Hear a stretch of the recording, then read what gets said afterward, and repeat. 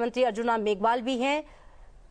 प्रधानमंत्री बढ़ चले हैं और कुछ ही पलों में आपको उनका संबोधन जो है वो सुनने को मिलेगा। सुनिए प्रधानमंत्री को।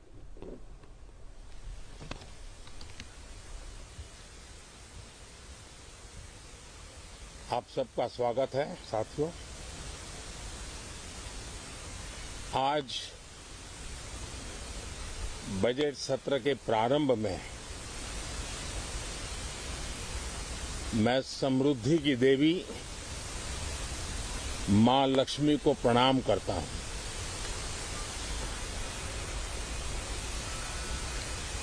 और ऐसे अवसर पर सदियों से हमारे यहां मां लक्ष्मी का पुण्य स्मरण किया जाता है।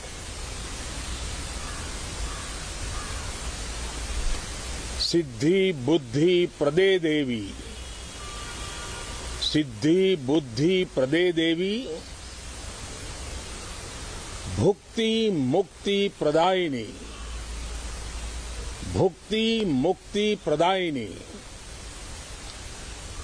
मंत्र मूर्ते सदा देवी, मंत्र मूर्ते सदा देवी, महालक्ष्मी नमोस्तुते, महालक्ष्मी नमोस्तुते।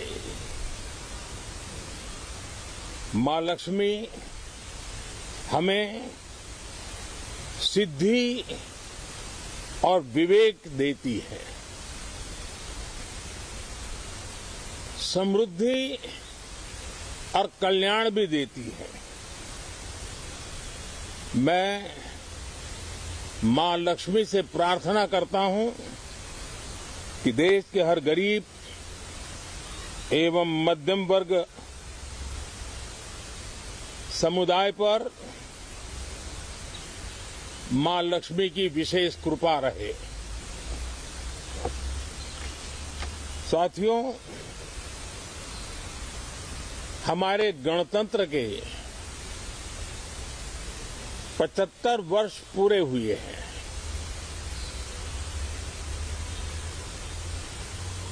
और ये हर देशवासी के लिए सर्वाधिक गौरवपूर्ण है और विश्व के लोकतांत्रिक जगत के लिए भी भारत का ये सामर्थ्य अपनी एक विशेष स्थान बनाता है। साथियों, ये देश की जनता ने मुझे तीसरी बार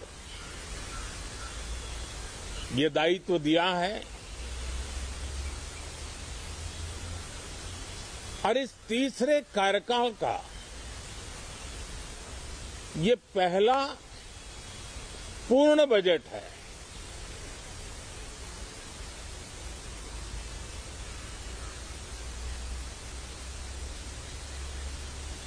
और मैं विश्वास से कह सकता हूं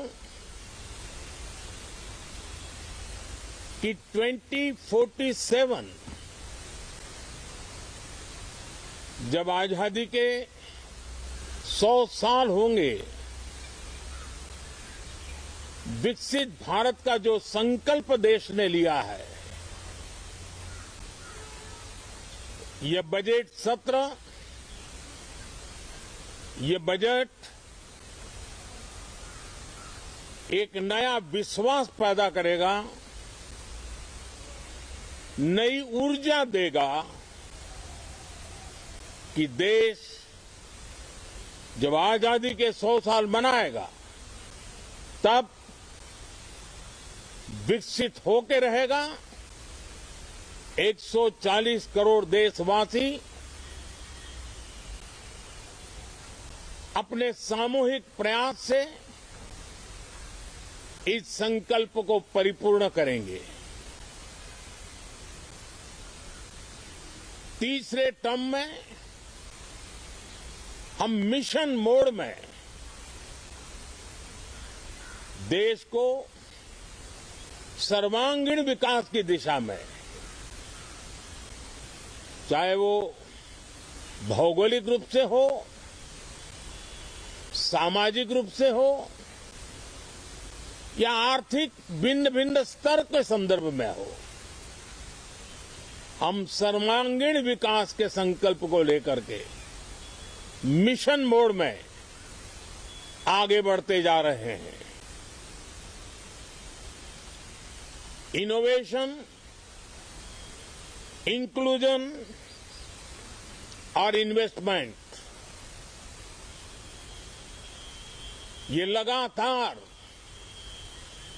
हमारे आर्थिक गतिविधि के रोड मैप का आधार रहा है। इस सत्र में हमेशा की तरह कई ऐतिहासिक बिल पर संशोधन को चर्चा होगी और व्यापक मंथन के साथ वो राष्ट्र की ताकत बढ़ाने का काम करने वाला कानून बनेंगे। विशेषकर नारी शक्ति के गौरव को पुनः प्रस्थापित करना, पंथ संप्रदाय के भेद से मुक्त होकर के हर नारी को सम्मानपूर्ण जीवन मिले, उसको भी समान अधिकार मिले, उस दिशा में इस सत्र में कई महत्वपूर्ण निर्णय लिए जाएंगे। Reform, perform and transform. जब विकास की तेज गति को प्राप्त करना होता है तो सबसे ज्यादा बल रिफॉर्म पर रहता है। राज्य और केंद्र सरकार ने मिलकर के परफॉर्म करना होता है और जन भागीदारी से हम ट्रांसफॉर्मेशन देख सकते हैं। हमारा युवा देश है, युवा शक्ति है और आज जो 20-25 साल की आयु के नौजवान है, जब वो 45-50 साल के होंगे तब वो विकसित भारत का सबसे बड़े बेनिफिशियरी होने वाले हैं। उम्र के उस पड़ाव पे होंगे, नीति निर्धारण की व्यवस्थाओं में उस जगह पे बैठे होंगे कि वे गर्व के साथ आजादी के बाद जो शताब्दी शुरू होगी, एक विकसित भारत के साथ आगे बढ़ेंगे। और इसलिए ये विकसित भारत के संकल्प की पूर्ति का प्रयास, ये अथाग मेहनत आज जो हमारे टीनेजर्स हैं, हमारी युवा पीढ़ी है, उनके लिए ये एक बहुत बड़ा तोहफा बनने वाली है। जो लोग 1930 में, 42 में आजादी के जंग में जुट गए थे, पूरी देश की युवा पीढ़ी खप गई थी आजादी के जंग में, और उसके फल 25 साल के बाद जो पीढ़ी आई उसको नसीब हुए। उस जंग में जो नौजवान थे उनको नसीब हुए। आजादी के पूर्व के वो 25 साल आजादी के जश्न मनाने का अवसर बना। वैसे ही ये 25 वर्ष समृद्ध भारत, विकसित भारत, ये संकल्प से सिद्धि और सिद्धि से शिखर तक पहुंचने का देशवासियों का इरादा। और इसलिए बजट सत्र में सभी सांसद विकसित भारत को मजबूती देने के लिए अपना योगदान देंगे। विशेष करके जो युवा सांसद है उनके लिए तो सुनहरा अवसर है, क्योंकि वो आज सदन में जितनी जागरूकता, जितनी भागीदारी बढ़ाएंगे और विकसित भारत के जो फल है वो तो उनकी नजर के सामने देखने को मिलने वाले हैं। और इसलिए युवा सांसदों के लिए एक अनमोल अवसर है। साथियों, मैं आशा करता हूं कि हम देश की आशा आकांक्षाओं के इस बजट सत्र में खरे उतरेंगे। साथियों, आज एक बात आपने जरूर नोट की होगी, मीडिया के लोगों ने तो जरूर करनी चाहिए। शायद 2014 से लेकर अब तक शायद पहला पार्लियामेंट का सत्र है कि जिसके एक दो दिन पहले कोई विदेशी चिंगारी नहीं प्रगटी है।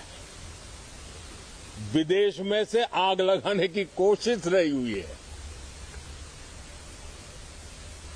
10 साल से यानी 14 से देख रहा हूं, हर सत्र के पहले शरारत करने के लिए लोग तैयार बैठते थे और यहां उसको हवा देने वालों की कोई कमी नहीं है। ये पहला सत्र मैं पिछले 10 साल के बाद देख रहा हूं कि जिसमें किसी भी विदेशी कोने से कोई चिंगारी नहीं हुई। साथियों, बहुत बहुत धन्यवाद।